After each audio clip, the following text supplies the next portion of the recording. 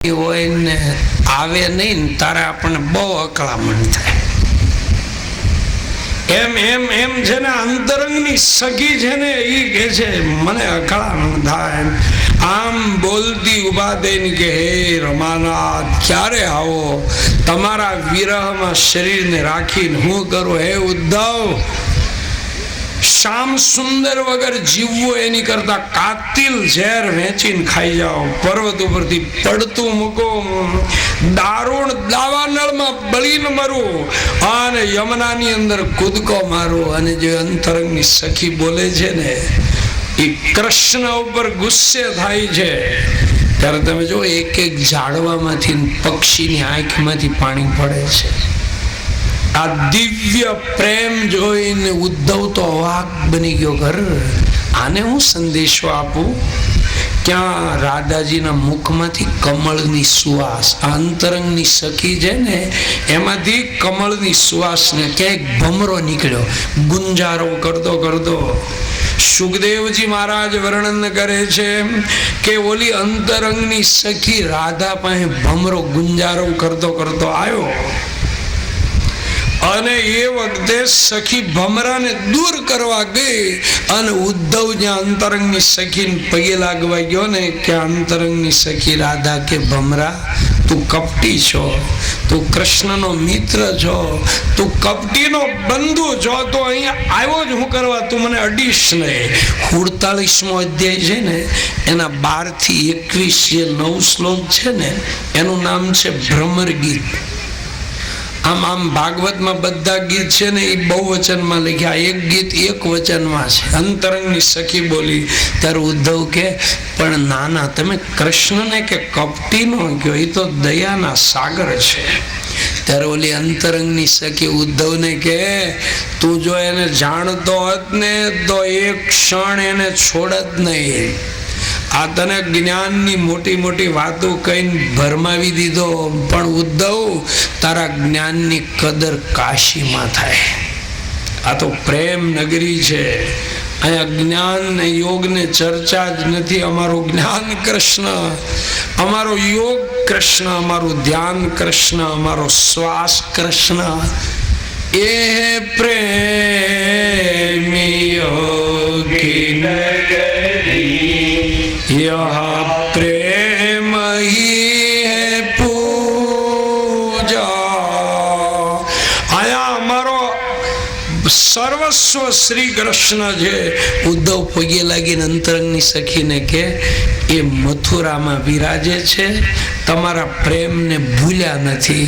ક્યાં ઓલી અંતરંગની સખી રાધા કે હું બોલ્યો કૃષ્ણ ક્યાં બિરાજે છે? તો કે મથુરામાં. તો કે તું 6 શાસ્ત્ર ભણ્યો પણ તારું જ્ઞાન અમને બરોબર નથી લાગતું, તું કોરો ને કોરો રહ્યો. તું વ્યાપક બ્રહ્મને મથુરામાં રાખી જ કેવી શકે? ઉદ્ધવ વ્યાપક બ્રહ્મને કેમ રાખી શકે જેને ઝાડમાં દેખાય, ગાયમાં દેખાય? અને એ વખતે ઓલી અંતરંગની સખી કે તું 4 મહિનાથી એનો સખા બન્યો ને અમે જન્માંતરથી એની હારે હાલે આવી. કેવો એ અમને ખબર. એ કપટી છે, કપટી. સ્વાર્થ હોય ને ત્યારે પોતિકા બનાવે. તને ખબર છે ઓલા સુગ્રીવની જરૂર હતી ને તારે વાલીને માર્યો હતો. આ એ જ કપટી છે. તું તો છે ને આજકાલથી એની મૈત્રી કરે, અમે જન્માંતરના છીએ એની સાથે. અને એ વખતે ઓલો ઉદ્ધવ પગે લાગવા ગયો ને ત્યારે ઓલી અંતરંગની સખી હું બોલી કે આવ્યો તો સારું કર્યું, પણ ભાઈ તારી જેવા જ્ઞાની માણસની સ્વાગત કેમ કરવું એ અમે ગામડાની અભણ સ્ત્રી ક્યાંથી જાણીએ. એ બોલ્યો તો ને અગાસી ઉપર કે ગામડાની અભણ સ્ત્રીઓ મારું વેદાંતનું જ્ઞાન નહીં સમજે કે શબ્દો એને પાછા આપ્યા. ઉદ્ધવ તો પગમાં પડી ગયો કે રાધા કૃષ્ણ અભિન્ન છે, ગોપી કૃષ્ણ અભિન્ન છે. મને તમે જેને આવી રીતના ભક્તિનું દાન કરો. એને કીધું કે કૃષ્ણએ મોકલ્યો એટલે તારું સ્વાગત કરવું એ અમારી ફરજ છે. આમ કહી અને અંતરંગની સખી અને પ્રેમ લક્ષણા ભક્તિનું દાન કર્યું. ઉદ્ધવે બહુ સરસ મજાની કૃષ્ણની વાતો કરી છે, અને ઉદ્ધવ જેવો જ્ઞાની પુરુષ વાતો કરતો હોય એ સાંભળવાનો અવસર મળે, આ જિંદગીનો લાવો. અને એ વખતે એને ગોપીઓને સર્વત્ર કૃષ્ણ દેખાય, એમને છોડીને ગયા નથી. આમ કહીને ઓલી અંતરંગની સખી રાધાએ તરત વાંસળી કાઢી અને વાંસળીથી આમ મુખે લગાડી અને સૂર મીંડ્યા રેડવા. ગોવિંદ બોલો હરિ ગોપાલ બોલો, ગોવિંદ બોલો હરિ ગોપાલ બોલો, રાધા રમણ હરિ ગોવિંદ બોલો, રાધા રમણ હરિ ગોવિંદ બોલો, મુકુંદ માધવ ગોવિંદ બોલો, મુકુંદ માધવ ગોવિંદ બોલો, વિઠ્ઠલ વિઠ્ઠલ પાંડુરંગા તું બોલો, વિઠ્ઠલ વિઠ્ઠલ પાંડુરંગા તું બોલો. હવે એ રાધાજીએ વાંસળી લઈને જ્યાં સુર વગાડી ગયા તો ભગવાન મથુરામાંથી જેને દોડતા દોડતા આવ્યા, અને ઉદ્ધવ એની આંખ સામે જોઈ ને ક્યાં તો રાધા અને કૃષ્ણ અભિન્ન. ઉદ્ધવનું અભિમાન ઓસરી ગયું. આવ્યો તો 4 દી રહેવા, 6 મહિના રોકાણો. આવ્યો તો ગુરુ થવા, ઈ શિષ્ય બનીને ગયો. શિષ્ય બનીને ગોપીઓ કે ઉદ્ધવ દાણ ગલીમાં રોજ અમારી પાસે આવે છે ને દાણ માગે છે. ઉદ્ધવ હું તને વાત કરું, એકવાર મિત્રોની યારી સંતા કુકડી રમતો હતો, એમાં શ્રીદામ વાહે પડ્યો ને તો એ દોડતો દોડતો મારા ઘરે આવી અને મને કે અલી મને હંતાડી દે ને. એટલે મેં કીધું સામે કુંડમાં સંતા, એ કુંડમાં સંતાડો ને. એ કુંડનું નામ છે દામાકુંડ.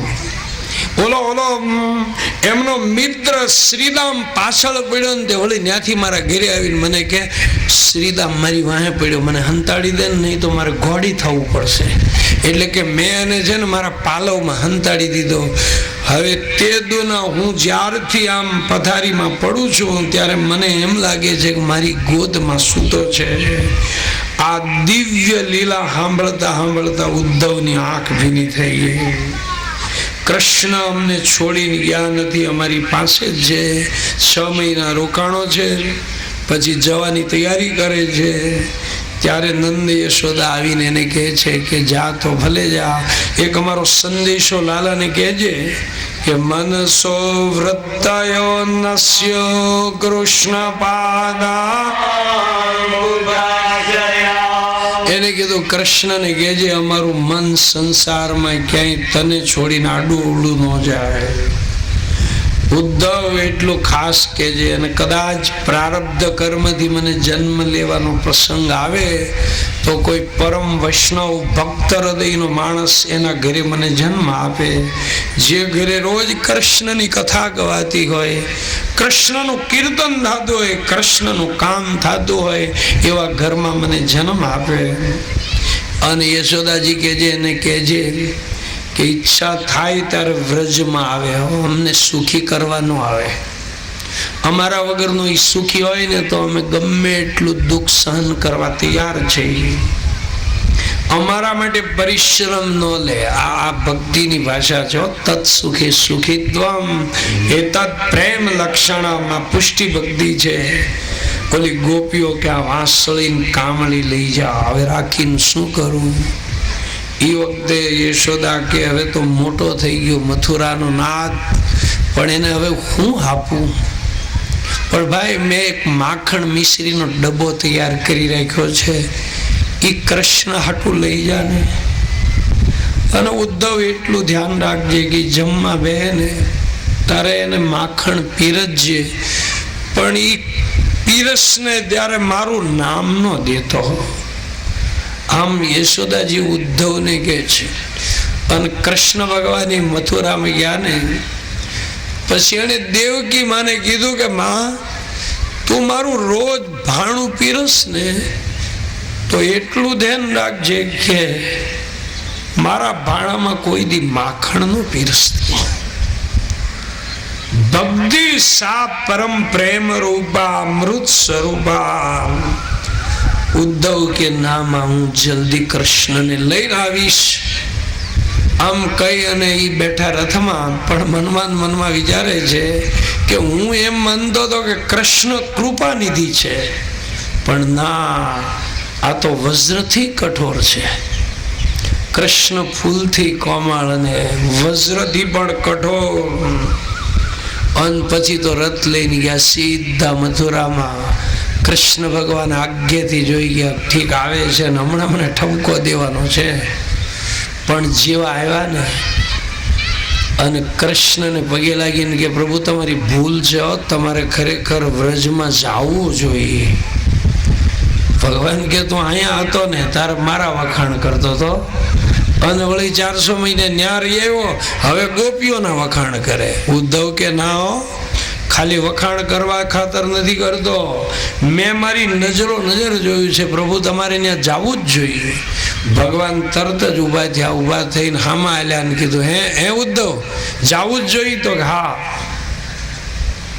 તને એવું લાગે છે જવું જ જોઈએ? ત્યાં ઉદ્ધવ કે નહીં, જવું જોઈએ. ભગવાન એમ કરતા કરતા હામાં આલીને ઉદ્ધવ બેઠો હતો ને, સવારે 9 વાગે એના માથા ઉપર હાથ મૂકી દીધો અને આખી વ્રજ લીલા હાનના 4 વાગ્યા સુધી દેખાડી અને કીધું, જો વૃંદાવન પરિત્યાજ્યમ પાદમેકમ, વૃંદાવન છોડીનું એક ડગલું ક્યાંય ગયો નથી. આ વ્રજભૂમિ છે ને, એમાં નિસર્ગનું બહુ સૌંદર્ય નથી, એમાં ભાવ સૌંદર્ય વધારે છે. ભાવ સૌંદર્ય આમ છે ને, કૃષ્ણ ભગવાનની સુંદર મજાની આ પ્રેમ લીલા વ્રજ ગોકુળ ને બદલાવીને ભગવાન મથુરામાં ગયા. અને હવે ભગવાન એક દી કુબજાના ઘરે ગયા. આ ભગવાનને પ્રસન્ન કરવા માટે કઈ સારું રૂપ જ જોઈએ એવું નથી હો.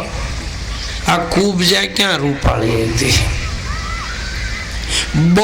બહુ નાય અને ભગવાન મળે એવું નથી હો. નકર આ માછલું તો આખોથી પાણીમાં જ ભર્યું રહે. કાંઈ પાંદડા ખાઈને ભગવાન મળે એવું નથી હો. આ બકરો તમે જો પાંદડા જ ખાય છે ને. આમ છે ને, કાંઈ ભસ્મના પટ્ટા લગાડીને ભગવાન નથી મળતા હો. નકર ગધેડો તો તમે જો ઉકળામાં આલોટ્યા જ કરે છે. કાંઈ ગુફામાં રહીને ભગવાન મળે એવું નથી હો. ઊંધેડ્યો તમે જોવો દરમાં જ બિચારો રહે. કાંઈ તરસ્યા રહેવાથી ભગવાન નથી મળતા હો. ઓલો ચાતક છે ને, એ તરસ્યો જ રહેશે. સ્વાતિ નક્ષત્રનું પાણી જ પીવે છે હો. ભગવાન તો ભક્તિ પ્રધાન માધવ, ભક્તિ પ્રેમી માધવ. એટલે ભગવાન કુબજાના ઘરે ગયા અને થોડુંક છે ને, ઘર છોડીને બહાર જાઓ, કોકના ઉજળા જીવન જુઓ ને તો આપણો અહમ છે ને એ ઓગળે. ઘરમાં અહમ છે ને એ કઠણીઓ થઈ જાય, એ ઓગળે નહીં. આમ બહાર જાઓ તો અહમ ઓગળે. એક ખેડૂત હતો ને, એને જીરું વાવ્યું, તે જીરું થયું બહુ સારું. તે પછી ઊંઝા વેચવાઈ ગયો, તે પૈસા બહુ આવ્યા. નાનું એવું ગામ, એટલે એ ઊંઝા વેચવાઈ ગયો ને પૈસા બહુ આવ્યા. ત્યારે એને એમ થયું મારી ઘરવાળીએ કે બહુ જીરામાં મહેનત કરી છે, તે લાવીને એની આટલું એક ભારૂકી હાડી લઈ લો. એટલે એને 2,500 વાળી હાડી લીધી અને પછી ઘરે ગયો અને એની ઘરવાળીને આપી. હવે ગામ બધું મજૂરી વર્ગનું ગામ. બીજી બહેનોએ કોકે 150 વાળું સાંટણું પહેર્યું હોય ને કોકે 200 વાળું, વધી 250 વાળું. હવે એમાં આનું 2,500 વાળું. એટલે એ જ્યાં જઈને બધાને કીધા જ કરે કે આ તમારા ભાઈ ઊંઝા ગયા ને તારે લાવ્યા, 2,500નો છે. આને કે કોઈ દી ધોવું ન પડે, આને ઇસ્ત્રી કરવી ન પડે. એ બધી બહેનોને 10 વાર કીધેલું, બધા સાંભળીને થાક્યા. પણ હવે બધાનું 150 વાળું ને એમાં આનું 2,500 વાળું, એટલે સાંભળ્યા વગેરે છૂટક્યો નહીં. હવે એ લગ્નમાં જાય, માંડવા મુહૂર્તમાં તોય 2,500 વાળું પહેરી જાય. ક્યાંક રાંદલ તેડ્યા હોય ને પગે લાગવા જાય ને દિવેલ પૂરવા તો ન્યાય પાછું ઈ પહેરીને જાય, અને હજી દિવેલ પૂર્યું ન પૂર્યું તરત વાત શરૂઆત કરી ગયા કે જો આવું ગામમાં કોઈ ન હોય, આને વળિયા ન પડે. બેનું કે બાપા ભલે વળિયા ન પડે પણ હવે આ પારાયણ કોઈ વાતે પૂરી કરતો. પણ હવે બધાનું નાનું નાનું એકનું મોટું, એટલે એનો અહંકાર દાડેથી વધવા માંડ્યો. એમાં બરોબર વૈશાખ મહિનો હતો ને એ ગામના શેઠ મુંબઈ રહે, અને એ શેઠની વાડી આવડો આ ખેડૂત વાવે. એટલે ઓલા ફોનમાં એમ કીધું કે મારા છોકરાના લગ્ન છે તો તું તારી ઘરવાળી બે મુંબઈ આવો ને. ત્યાં ઓલો ખેડૂત કે લ્યો હું અમારા ઘરનાને પૂછી જોઉં.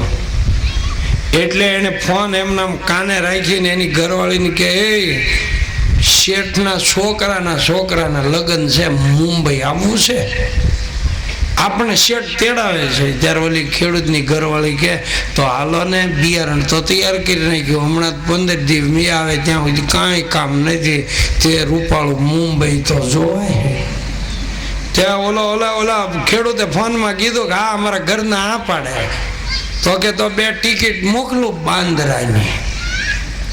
એ એને નહીં 2 ટિકિટ મોકલી, અને આ ખેડૂતને એની ઘરવાળી બે મુંબઈ જવા તૈયાર થયા. અને વળી આ ખેડૂતની ઘરવાળીએ પાછું 2,500 વાળું લગાવ્યું, અને એ સીધા બાંદ્રામાં 6 વાગે બેઠા ને સવારમાં 6:30 વાગે ગયા મુંબઈ. સીધા 7:30 વાગે ગયા તો માધવબાગજી વાડીમાં પહોંચી ગયા. પણ સવારમાં જ લગ્નમાં કોઈ હોય નહીં. 10-11 વાગ્યા ને ખેડૂતને એની ઘરવાળી બે બેઠા, અને પછી 11 વાગે ક્યાં તો બધી મોટરો આવવા માંડી લગ્નમાં. શેઠિયાઓ બધા એની ઘરવાળી શેઠાણીઓને લઈ એમાં જેવી પહેલી મોટર ઊભી રહીને એમાંથી શેઠ ને શેઠાણી એટલે ઉતર્યા ને ક્યાં તો ઓલી ખેડૂતની ઘરવાળી સીધી દોડીને ઓલા શેઠાણીને ખંભે હાથ દઈને કે હે બેન તમારે હાડી કેટલા વાળી? શેઠાણી આમ જોઈને કે મારે 10,000 વાળી. એમ કઈ તો મંડી હાલવા ક્યાં તો વાહ બીજી મોટર આવી, એમાંથી શેઠાણી ઉતર્યા. એટલે એને ખંભે હાથ દઈને કે તમારી હાડી કેટલા વાળી? તો ઓલા શેઠાણી કે મારે 15,000 વાળી. પછી તો જેટલી આવે એ કોક હોળ ને કોક 20 ને કોક 18, તારે એનું ટમટમ્યું ઝાંખું પડ્યું. એને એમ થયું ઘર આ તો 10,000 ઉપરની, હવે એમાં મારું 2,500 વાળું ટમટમ્યું ક્યાં? એમ બહાર નીકળો, કોકના ઉજળા જીવન જો તો અહમ ઢીલો પડે. બાકી તો ગામમાં એમ થાય કે અમે બધું જાણી. અરે પણ બહાર નીકળ, 11 નથી, ઘરનું ટિફિન લઈને જા, આજુબાજુના ગામડામાં ઉજળા જીવન જો તો અહમ ઢીલો પડે. આ કચ્છના રણમાં છે ને આંકડો ને ખીજડો, એને એમ લાગે કે અમારી જેવું કોઈ ઝાડ જ નહીં. પણ એને કહેવું જોઈએ ગરીમાં આંટો મારવા આવે ને. તું જો પીપળો જો, વડલો જો, રૂખડો જોવે ને ક્યાં આંખ ફાટી જાય. એમ કૃષ્ણ ભગવાન કુબજાના ઘરે ગયા. અને તમે જો ભક્તિ કરવી નહીં તો બધાનો હક છે. જેમ લોકમાન્ય તિલક કહેતા ને કે સ્વરાજ મેળવવું એ મારો જન્મ સિદ્ધ હક, એમ પ્રભુ ભક્તિ કરવી જીવ માત્રનો હક. કુબજાને કરતાર્થ કરીને ભગવાન અક્રૂરના બંગલે ગયા, અને અક્રૂરને કીધું તમે એક કામ કરો ને હસ્તિનાપુર જાઓ ને દિલ્હી. અને બોલો ધૃતરાષ્ટ્ર છે ને એને એની કેવી મનસ્થિતિ છે એ જાણી ત્યાં ભલે રહેવું પડે 2 મહિના, પણ એનો રિપોર્ટ મને તમે આપો. અને આ કામ સોંપ્યું અક્રૂરને, અને અક્રૂર ગયા છે હસ્તિનાપુરમાં ધૃતરાષ્ટ્રને મળવા. ધૃતરાષ્ટ્ર છે ને મહાભારતનું ખલનાયક પાત્ર છે, અને એને અક્રૂર સમજાવે છે કે જીવ એકલો જન્મે એકલો મરે, તો આ પાપના પોટકા હું કરવા ભેગા કરો છો? પણ ધૃતરાષ્ટ્ર છે ને પાક્કો છે. તમે જો 100 કૌરવ મરી ગયા અને ધર્મરાજા ધૃતરાષ્ટ્રને પગે લાગવા ગયા ને, ત્યારે ધૃતરાષ્ટ્રએ ધર્મને શું કીધું કે ધર્મ કે ભીમને મોકલને, મારે એને ભેટવું છે. એટલે ધર્મરાજા સરળ આવીને ભીમને કે જાન તું કાકાને પગે લાગીને કે કાકાને તને ભેટવું છે. કૃષ્ણ ભગવાન વાહે ઊભા હતા, એ સાંભળી ગયા એને ધર્મને કીધું, હું બોલ્યો? તો કે ધૃતરાષ્ટ્ર કાકાને કે ભીમને ભેટવું છે. કૃષ્ણ ભગવાન કે કાકાને અત્યારે આડો ડાર ક્યાંથી ફાટ્યો? એને કીધું, તું કાકાને ઓળખતો નથી, કાકાનું કાઠું મજબૂત છે, એને ભીમને એની સામે ન જવા દેવાય. કૃષ્ણ ભગવાનને તમે જુઓ તો ખરા, એની સલાહ તો જુઓ. એને કીધું, હે ધર્મ, લોખંડનું ભીમનું પૂતળું બનાવો, ભીમને આગો ઉભો રાખો ને પછી તમારા કાકાને બોલાવો. તમારા કાકાની તાકાત જોવી છે તમારે. એ વખતે લોખંડનું પૂતળું મૂક્યું અને ઓલો આંધળો ધૃતરાષ્ટ્ર છે ને એને ભીમ આગો ઉભો ઉભો કે આવો કાકા આવો. ક્યાં તો ઓલા ધૃતરાષ્ટ્રે દોટ મૂકી, ક્યાં છે ભીમ, ક્યાં છે ભીમ? રસ્તામાં લોખંડનું પૂતળું આવ્યું ને એને ભીમ માનીને કાઢ કાઢ કરીને આખું વાળી દીધું. અને પછી ખીજાઈ ગયા ધર્મરાજા સામે, મારી જેવા આંધળા માણસ સામે આવો દગો આમ કરાય? કૃષ્ણ ભગવાન હળકે હળવેક દિન આવીને કે તો કાકા કર્યું ધૂળમાં મેળવી દેવું તો વિજયનો છેલ્લો ફટકો તમારે મારી દેવો તો. કારણ કે પાંડવમાં એક પણ મરી જાય ને તો બાકીના વાહેલા 4 આત્મહત્યા કરીને મરી જાય. એને કીધું દગો દગો.